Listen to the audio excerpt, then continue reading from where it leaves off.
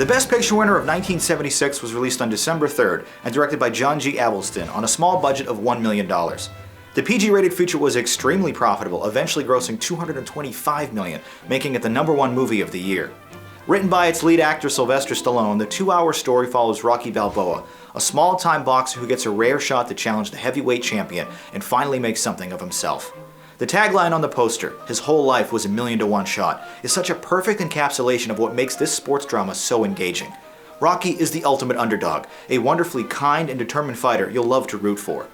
The American Film Institute even named the titular character as one of the top 10 heroes in film history. Sly's nuanced delivery is a heartbreaking one. Rocky is a self-described bum, completely poor without any prospects, but he's always trying to improve his life. He angrily lashes out at his trainer for never believing in him. "What about my prime, Mick? At least you had a prime. I had no prime. I had nothing." Exhibiting shades of a young Marlon Brando, this is easily the strongest performance in Stallone's career, and concrete proof he's a capable and accomplished actor. Equally captivating is Talia Shire as Adrian, a nervous pet shop worker and love interest. She's clearly intrigued by this handsome brute that keeps making advances towards her, but too shy to let him into her life. Hey, you wanna come inside?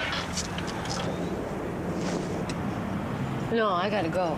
Hey, come on. Hey, I got some animals. I got these rare, very rare animals inside. Come on. Come on in. No, I gotta go. Well, I gotta go too. I gotta go to the bathroom. Come on. Come on.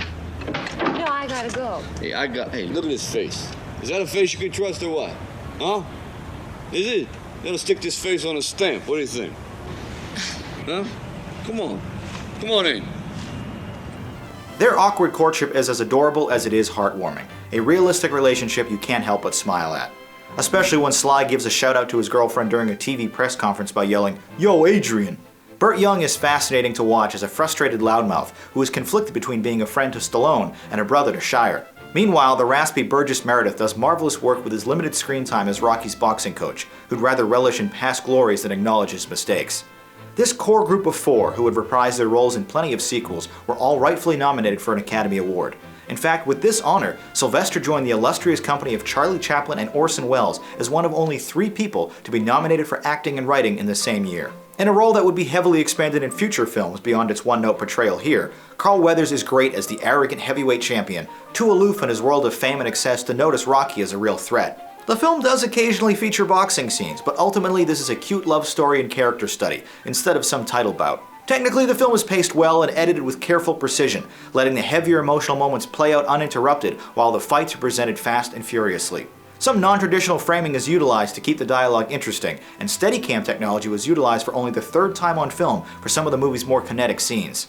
Composer Bill Conti weaves slower piano melodies and fast strings, with big horns and even an electric guitar, to deliver an inspiring and moving soundtrack. Perhaps the most iconic sequence in the film was a training montage set to Conti's chart-topping and Oscar-nominated theme, "Gonna Fly Now," which expertly ramps up the mood for the film's final fight. This montage famously ends with Rocky charging up the steps of the Philadelphia Museum of Art, a moment so indelible it's become a must-see destination when visiting the city of brotherly love. Hundreds of people still raise their arms in victory there every day, and I made sure to do the same when I ran the Rocky steps during my visit in 2011. The heavyweight battle is a bit anticlimactic and some of the lower budget audio needs to be cleaned up, but by and large this is a wonderful experience from start to finish. Spawning 6 sequels and counting, this rags to riches tale has endured for decades thanks to its hopeful message and lovable characters. Later chapters vastly improved on the fight choreography and took the story to more interesting places, but there's a certain intangible magic about this inaugural effort that makes it such a memorable picture. Rocky is a triumphant accomplishment of love and courage. I think it's amazing.